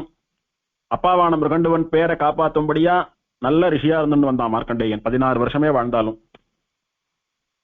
ஆயுள் குறைஞ்சாலும் பரவாயில்ல, அறிவும் அழகும் குணமும் இருக்கக்கூடிய நல்ல புள்ள வேணும் எனக்குன்னு கேட்கவே மார்க்கண்டேயன் பிறந்தான். பிறந்த போது வயசாயிண்டே வந்தது. குழந்தை ரொம்ப கற்பூர புத்தியா சின்ன வயசுலயே எதை சொல்லி கொடுத்தாலும் புடிச்சுக்கிறது, எல்லா சாஸ்திரங்களையும் நன்னா வாசிச்சது, வேதாத்தியனம் பண்ணிட்டு தபஸ் பண்ண ஆரம்பிச்சுது, எல்லாம் பண்றது. மிருகண்ட ஒரு 50-60 வயசுக்கு மேல பண்ணதெல்லாம் இந்த குழந்தை 10 வயசுலயே பண்ண ஆரம்பிச்சுடுத்து. அத்தனை ஒரு பட்டுவா, அத்தனை சாமர்த்தியமா இருந்தது குழந்தை.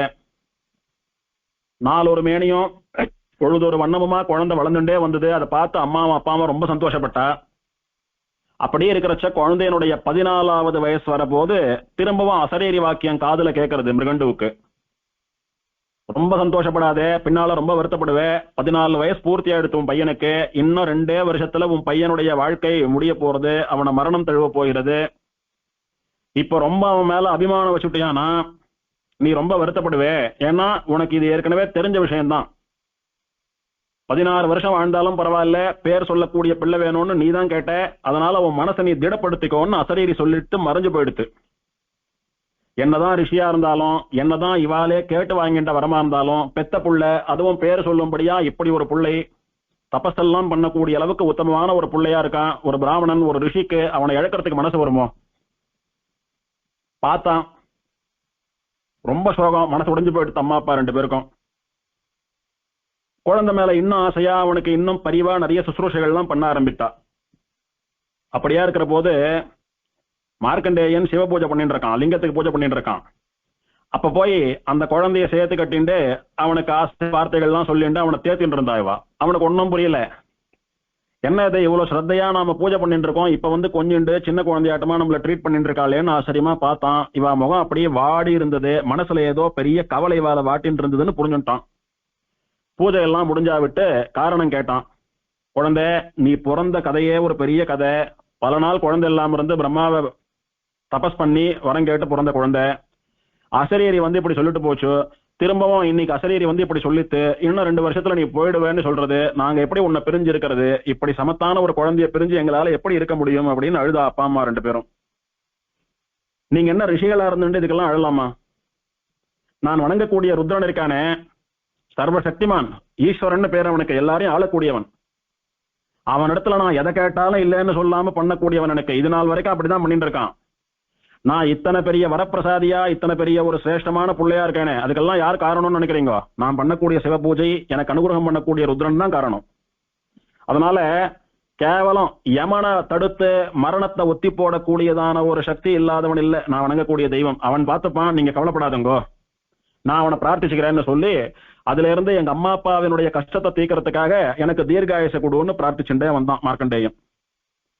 ருத்ரன் மனசுல நினைச்சுட்டான், இந்த குழந்தை நம்மளை கேட்டதெல்லாம் கொடுத்துட்டோம், முடியாத விஷயத்த கேட்கறது என்ன பண்றது? குழந்தையனுடைய விதி அப்படி இருக்கு, ஒன்னும் பண்ண முடியல. காலத்துக்கு கட்டுப்பட்டவனா பக்தனை அப்படியே ஆறுதல் சொல்லி தேர்த்துண்டு அப்படியே பூஜைகள் எல்லாம் என்ஜாய் பண்ணிட்டு இருந்தான் ருத்ரன். ஒரு நாள் மார்க்கண்டேயனை யமன் பிடிக்கக்கூடிய காலமும் வந்தது. யமன் மரியாதையா வந்து அந்த லிங்கத்தை வணங்கி, சுவாமி உங்களுடைய பக்தனை விடுங்கோ, அழிச்சுட்டு போற நாழி ஆயிடுச்சுன்னு சொன்னான். இவன் நான் விடமாட்டேன்னு அன்பினாலே முந்திண்டு வந்தான்.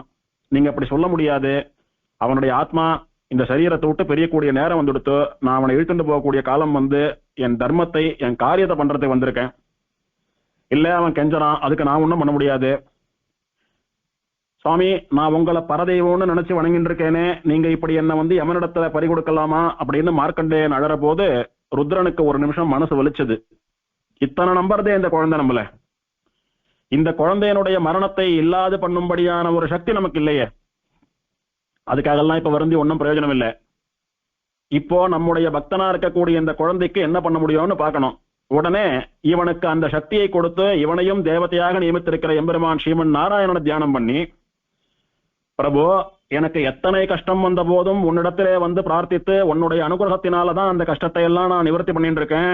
இப்ப என்னுடைய பரம பக்தனான மார்க்கண்டேயனை யமன் பாசக்கயிறு போட்டு பிடிக்க வந்திருக்கான். அந்த குழந்தை என்னையே நம்பி இருக்கு, பரதெய்வம்னு வேற சொல்றது. அந்த குழந்தையை நீதாண்டாப்பா காப்பாத்தணும்.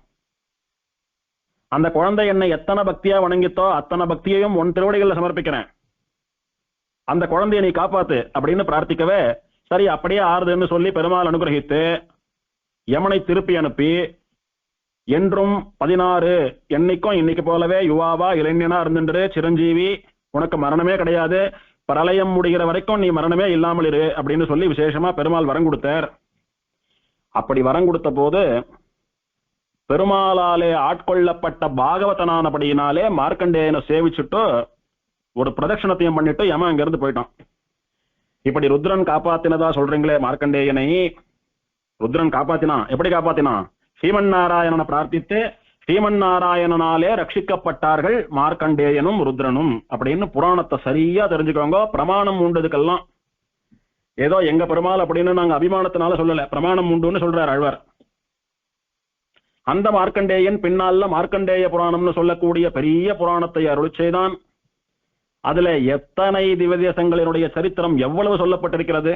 திருவள்ளூர் சரித்திரம் முழுக்க 11 அத்தியாயங்களாலே மார்க்கண்டேய புராணத்துல சொல்லப்பட்டதுதான். பல திவ்ய தேசங்களிலே பெருமாளுக்கு முன்னாலே கர்ப்ப கிரகத்திலே மார்க்கண்டேயன் பெருமாளை சேவிச்சுட்டு இருக்கான் இன்னைக்கும். அப்பேற்பட்ட விஷ்ணு பக்தனாக ஆனானே. நீங்க சொல்றபடி சிவனுக்கு எல்லாத்தையும் கொடுக்கக்கூடிய சக்தி இருந்து சிவனே யமனிடத்திலிருந்து மார்க்கண்டேயனை காப்பாத்தி இருந்தால் ஏன் மார்க்கண்டேயன் திடீரென விஷ்ணு பக்தனாக ஆனான்? ஏன் இன்னும் அவன் ருத்ரபக்தனாக இல்லை? இந்த கேள்விக்கு பதில் சொல்லுங்க. பதில் சொல்லணும்னு கூட அவசியம் இல்லை. நன்னா இதெல்லாம் யோசிச்சு பார்த்து ஆராய்ந்து தெளிந்து ஆதிநாதனிடத்திலே சரணாகதி பண்ணுங்கள் அப்படின்னு சொல்லி ஆழ்வார் அருள் செய்கிறார். பண்ணது சிவன் போல தெரிந்தாலும் அந்த சிவனுக்கு அந்தரியாமியா நின்று இந்த அனுகிரகத்தை பண்ணினவன் ஸ்ரீமன் நாராயணன் என்றதை உணருங்கோ அப்படின்னு சொல்லி இப்படி மார்க்கண்டேயன் நெடுநாள் வாழ்ந்துட்டு வந்தான். பிரளயம் வர வரைக்கும் வாழ்ந்துட்டு வந்தான். மார்க்கண்டேயனுக்கு ஒரு ஆசை, நாம ருத்ரனே பரம்பொருள் மேலான தெய்வம்னு வணங்கிட்டு வந்தோமே, ஆனா நம்மளை யமம் பிடிக்கிறதுக்கு வரச்ச யமம் பிடிக்க வர க்ஷணத்துக்கு முன்னாடி க்ஷணம் வரைக்கும், ஏன் யமம் வந்ததுக்கு அப்புறம் கூட இதுதான் பரம்பொருள், யமனை அப்படி காலால உதச்சு தள்ளி நம்மளை காப்பாற்ற போறதுன்னு நினைச்சுட்டு இருந்தேனே, ஆனா அது நடக்கலையே. பார்த்தா நான் யார பரதேவன் நினைச்சுட்டு இருந்தேனோ அவனுக்கு மேல ஒருத்தர் இருக்கார், அவனிடத்துல இவர் பிரார்த்திச்சுதான் அவர் எனக்கு சிரஞ்சீவின்ற பட்டத்தை கொடுத்தார். அப்போ என்ன அர்த்தம்? ருத்ரன் முதலான பிரம்மா முதலான எல்லாரையும் படைச்சு ரட்சித்து சம்ஹாரம் பண்ணி எல்லாத்தையும் பண்ணிட்டு இருக்கிறவன் அவன் தான் போல் இருக்கு. இதெல்லாம் அவன் எப்படி பண்றான்னு பார்க்கணும்னு ஆசை மார்க்கண்டேயனுக்கு. எதை? பெருமாள் எப்படி சிருஷ்டிக்கிறான், எப்படி ரட்சிக்கிறான், எப்படி பிரளயம் நடக்கிறதுன்னு இதெல்லாம் பார்க்கணும்னு ரொம்ப ஆசை மார்க்கண்டேயனுக்கு. மார்க்கண்டேயன் பல க்ஷேத்திரத்துல தபஸ் பண்ணி பெருமாளை பிரார்த்திக்கிறான். பின்னால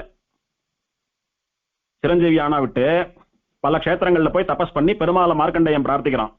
பிரார்த்திச்சு, சுவாமி எல்லாம் உன்னிடத்துல இருந்து தான் வருது, எல்லாரையும் நீ தான் ரட்சிக்கிற, எல்லாம் உன்கிட்ட தான் வந்து திரும்ப லயம் அடையிறதுன்னு சொல்றாளே, அதுல எல்லாரையும் நீ தான் ரட்சிக்கிறன்றதை நான் பார்த்துட்டேன்.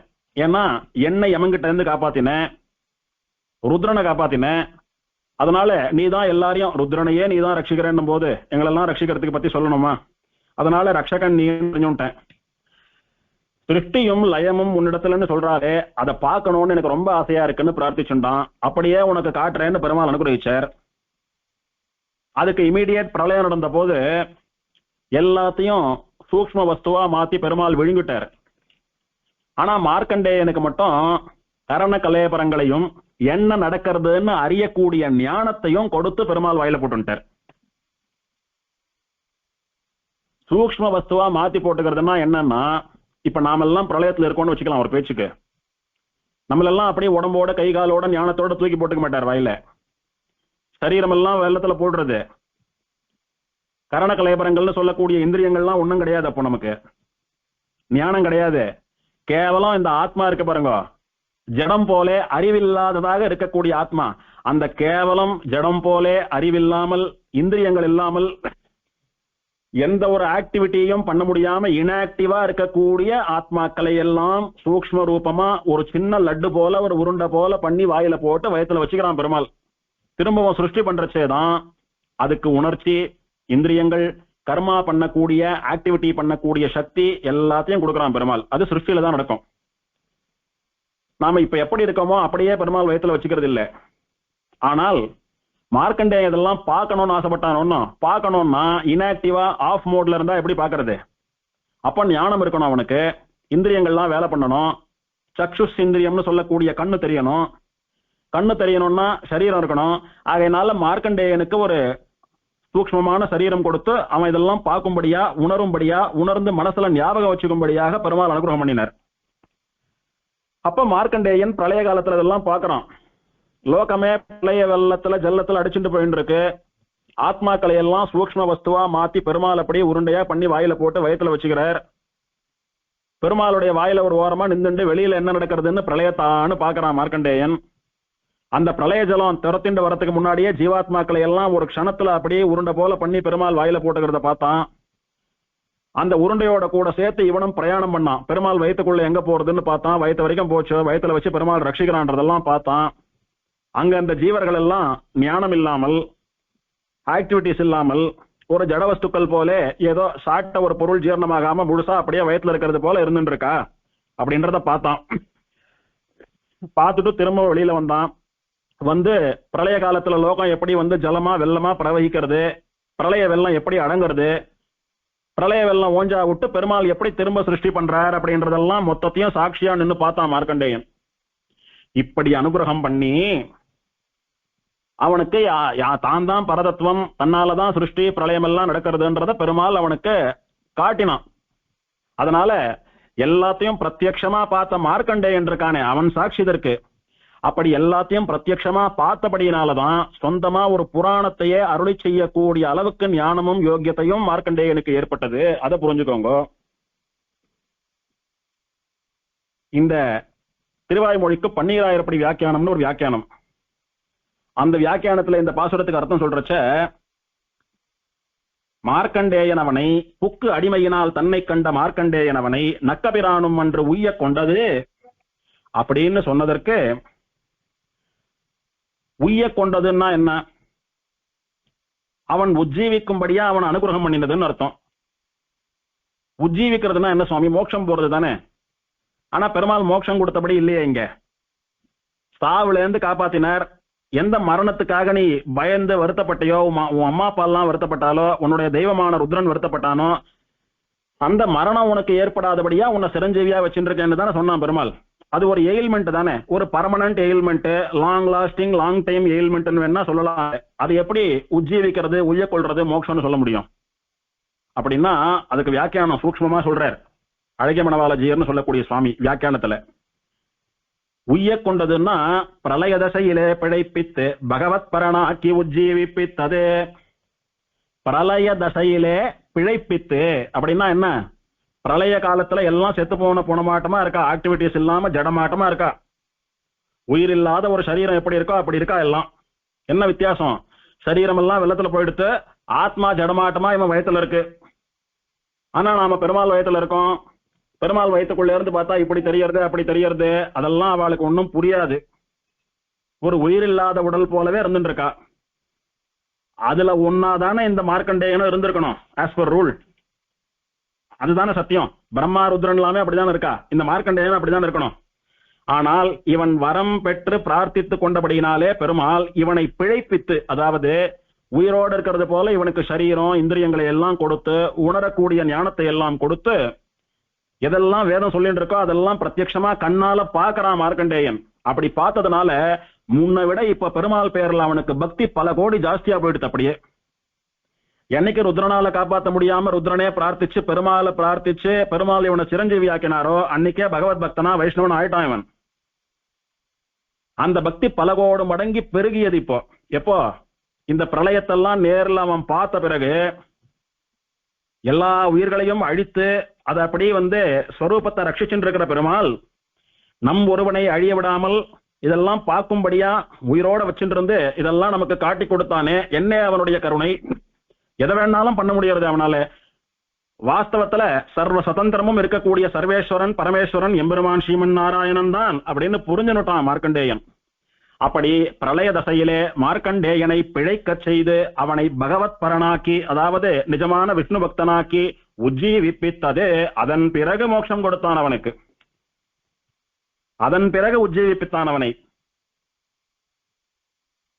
அப்பா எனக்கு மோட்சம் கொடுன்னு ஒரு வார்த்தை கேட்டா உடனே கொடுத்துட்டு இருப்பான், அது வேற.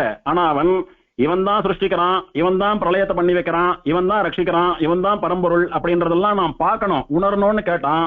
அந்த ஆசையை நிறைவேற்றி வைத்து அவனுக்கு மோட்சம் கொடுத்து அனுகிரகித்துக் கொண்ட பெருமாள். அப்படின்றபடினாலே உய்யண்டது அப்படின்ற வார்த்தைக்கு அர்த்தம் அது.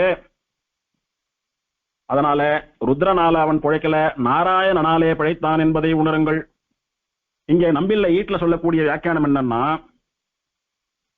ருத்ரன் மார்க்கண்டேயனை பார்த்து சொல்றாராம், நீ நெடுநாள் பச்சையிட்டு ஆசிரயித்தாய், அவ்வாசிரயணம் வெறுமனே போயிற்றதாக ஒண்ணாது. நீ ரொம்ப நாள் என்ன வில்வ இலைகளை கொண்டு அர்ச்சனை பண்ணிட்டு பக்தியா சேவிச்சுண்டு வந்த. உன்னுடைய பக்தியும் உன்னுடைய பூஜையும் வீணா போக கூடாது, கவலைப்படாதே. நீ என்ன தெய்வமா சேவிச்சுட்டு இருக்கியே, இந்த ஸ்தானத்துக்கு நான் எப்படி வந்தேன் தெரியுமா? நானும் உன்னோபாதி ஒருவனை ஆசிரயித்துக்கான் இப்பதம் பெற்றது. இனி ஊன் கொடுத்தல் உபதேசம் கொடுத்தல் இரே என்று சொல்லி அவனை கொண்டு போய் சர்வேஸ்வரன் பக்கலிலே காட்டி கொடுத்தானா இத்து. ஆச்சரியமா சாதிக்கிறார் நம்பில்லை. அப்பா, ரொம்ப நாள் என்ன நீ புஷ்பத்தை இட்டு வில்வத்தை இட்டு அர்ச்சனை பண்ணி தெய்வம்னு வணங்கிட்டு இருக்கியே, இந்த தெய்வம்னு சொல்லக்கூடிய பொசிஷனுக்கு நான் எப்படி வந்தேன் தெரியுமா? எப்படி நீ இத்தனை நாளா என்ன பூஜை பண்ணி ஏதோ வரம் கேட்கறியோ, அந்த மாதிரி நான் ஒருத்தனை பூஜை பண்ணி அவனுடைய அனுகிரகத்தினால தெய்வமானேன். அவன் யார் தெரியுமா? ஸ்ரீமன் நாராயணன் சொல்லக்கூடிய பரம்பொருள். அவனுடைய மந்திரத்தை ஜபித்து அவனை தியானம் பண்ணி அவனை உபதேசமா உத்தேசிச்சு அந்த எம்பெருமானை உபாசித்து அவனுடைய ஒரு துளி அனுகிரகத்தினாலதான் நான் இப்ப தெய்வமா ருத்ரனா ஈஸ்வரனா இருந்துட்டு இருக்கேன். சிவன் மங்களமானவன் சொல்றா என்ன. அவனுடைய ஸ்ரீபாத தீர்த்தத்தை தலையில தாங்கிதான் நான் மங்களமானவன்ற பெயரோடு சுத்தின்னு இருக்கேன். அதனால இனியும் உன்னை வெறுமை உன்னுடைய பூஜைகள் எல்லாம் ஏத்துண்டு உனக்கு உபகாரம் பண்ண முடியாத நிலைமையில நான் இருக்கிறதுக்கு, வெறுமை இருக்கிறதுக்கு, வாய மூடின்னு இருக்கிறதுக்கு எனக்கு மனசு ஒப்பல.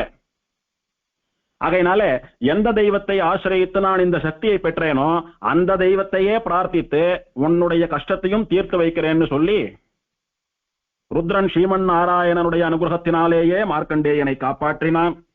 அதனாலே மார்க்கண்டேயனை உய்ய கொண்டது ஸ்ரீமன் நாராயணன் அருளே. இவ்வளோ பெரிய உதாரணத்தை நீட்டி முழக்கி சொல்லிட்டேன். இது சத்தியமான சாட்சி. இதுக்கு மேல நான் என்ன ஆதாரம் கொடுக்கணும்னு நினைக்கிறேங்கோ? இப்பேற்பட்ட சர்வேஸ்வரனாக ருத்ரனுக்கும் சுவாமியாக இருக்கிற ஸ்ரீமன் நாராயணனான ஆதிநாதனை ஒழிய மற்ற எந்த தெய்வத்தை நீங்கள் கொண்டாடப் போகிறீர்கள் யோசிச்சுக்கோங்க அப்படின்னு சொல்லி ஆழ்வார் இந்த பாசுரத்தை முடிச்சுட்டார். மற்றும் உண்டான பாசுரங்களை பிறகு பார்க்கலாம். ஸ்ரீநகர்யாம் மகாபுரியாம் தாமிரபர்ணியுத்தரே தட்டே திந்திரிணி மூலதாம்னே ஸ்ரீஷடகோபாய மங்களம். ஸ்ரீரார்த்தூப்புள் திருவேங்கடமுடையான் திருவடிகளே சரணம்.